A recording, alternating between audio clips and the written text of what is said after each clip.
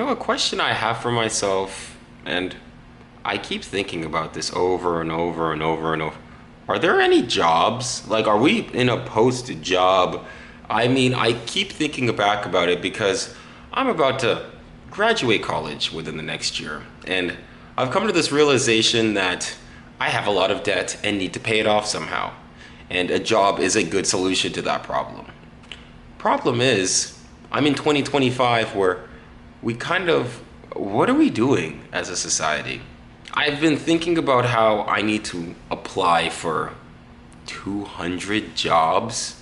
And I was thinking about that out loud, and I really thought about it, and I was wondering, wait, when my parents came to America 30 years ago, did they apply to 200 jobs? Heck, my parents, when they came here 30 years ago, there was already a job lined up for them. How is it that somebody who is a citizen of this country, to my knowledge, is not able to find, and now someone's gonna, well, you can just flip burgers. Even that, I've been rejected from Chick-fil-A. I've been rejected from McDonald's. I can't push grocery carts at Walmart. So before anyone has the bright idea to tell me, oh, you can just flip burgers, like before anybody has that bright idea, which is such a bright idea, make that make sense. Why am I getting rejected? I have previous burger flipper experience. If anything, I would actually kind of say I'm a pro. Like I would say, I am a professional burger flipper. I'm a professional rice scooper. I don't know like how to describe the idea of applying for 200 job. And when I say 200, I can't even count that high. 200. It just doesn't make any sense to me. In what way is this more efficient? I don't get it. I legit don't understand. Because another thing I hear is just become a nurse. Yes, because the world needs more male nurses. America needs more male nurses. Actually, that would probably make my mom happy. But these solutions are not solutions. The economy isn't run because there's just a bunch of male nurses. Or, well, maybe it does. But the economy doesn't run because there's a ton of nurses. The economy runs because there's people fulfilling the needs of supply and demand that the market wants. They're just fulfilling, following the law of supply and demand. And I guess all of that's broken. I guess for some odd reason, because AI can do your English paper and get you a B minus, I guess the laws of supply and demand were above that now. I don't know where, and the frustrating thing is, I use AI every day. I use AI every day for 45 minutes to an hour. I am not against AI, but this thing is not some black box. It's not God. It's not this genie in a bottle or whatever magic lamp Aladdin rubbed. It's not going to solve our problems. And yet somehow zeros and ones are the solution to work. I don't know why people think that AI, don't get me wrong, can do some impressive things. And you know what? I am here to say AI cannot. And I'm going to say, yeah, you heard me here saying something bold. I typically stay in gray. AI cannot fully replace all jobs the way it is being presented right now. Maybe some things can get more productive and maybe some things can be automated. But it's not going to come here bibbidi-bobbidi-boom replace you. If you got replaced by AI, you probably weren't doing a good job to begin with. I'm sorry to tell you that. And it's frustrating. It's legitimately so frustrating because I gotta now spend the next 2-3 months studying for LeetCode, studying this, applying to everything, and just living on a prayer. I don't know how the song goes. Living on a prayer, we're halfway there. I don't know how that song goes. But seriously, I just don't get it. This doesn't, because there's no way this benefits the employer. Just getting flooded with applicants. How is it even legal to post a fake job? I just don't get it. I always thought, are we supposed to have flying cars? Where are the flying cars?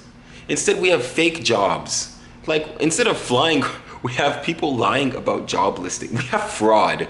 Instead of flying cars, we got fraud in 2025. And I'm out here preaching. I'm out here, yes, because I'm delivering the truth.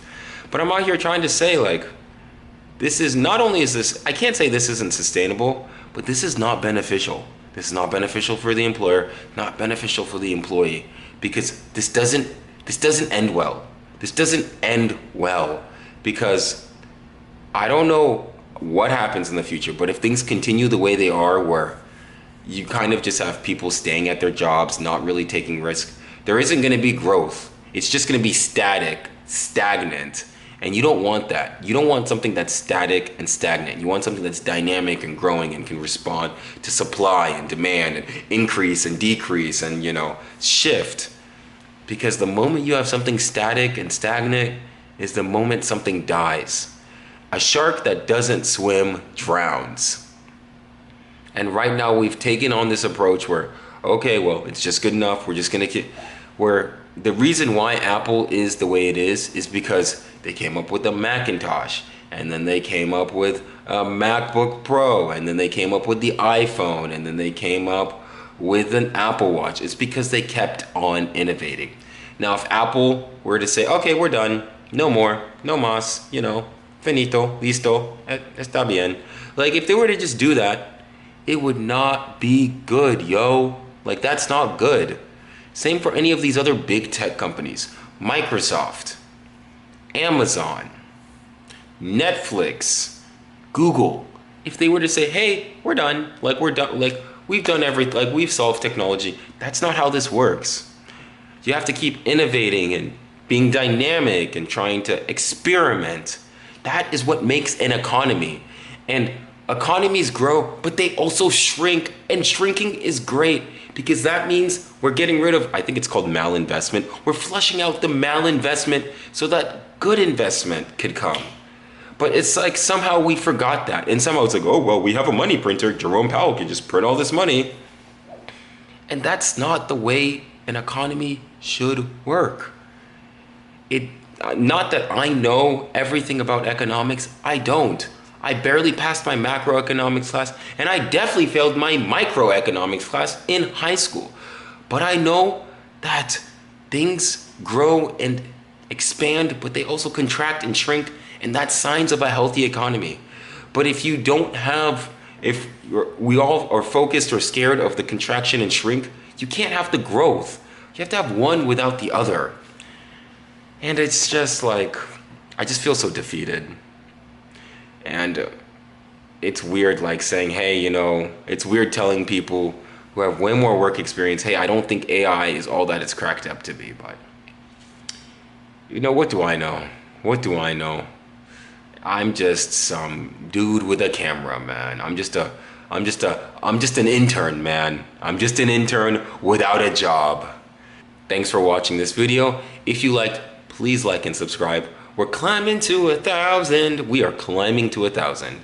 And thank you so much for everyone who's subscribed. Oh my gosh, y'all mean so much. It's such a blessing. My socials will be linked down below and at the end of this video. Thank you so much. I'll see you soon.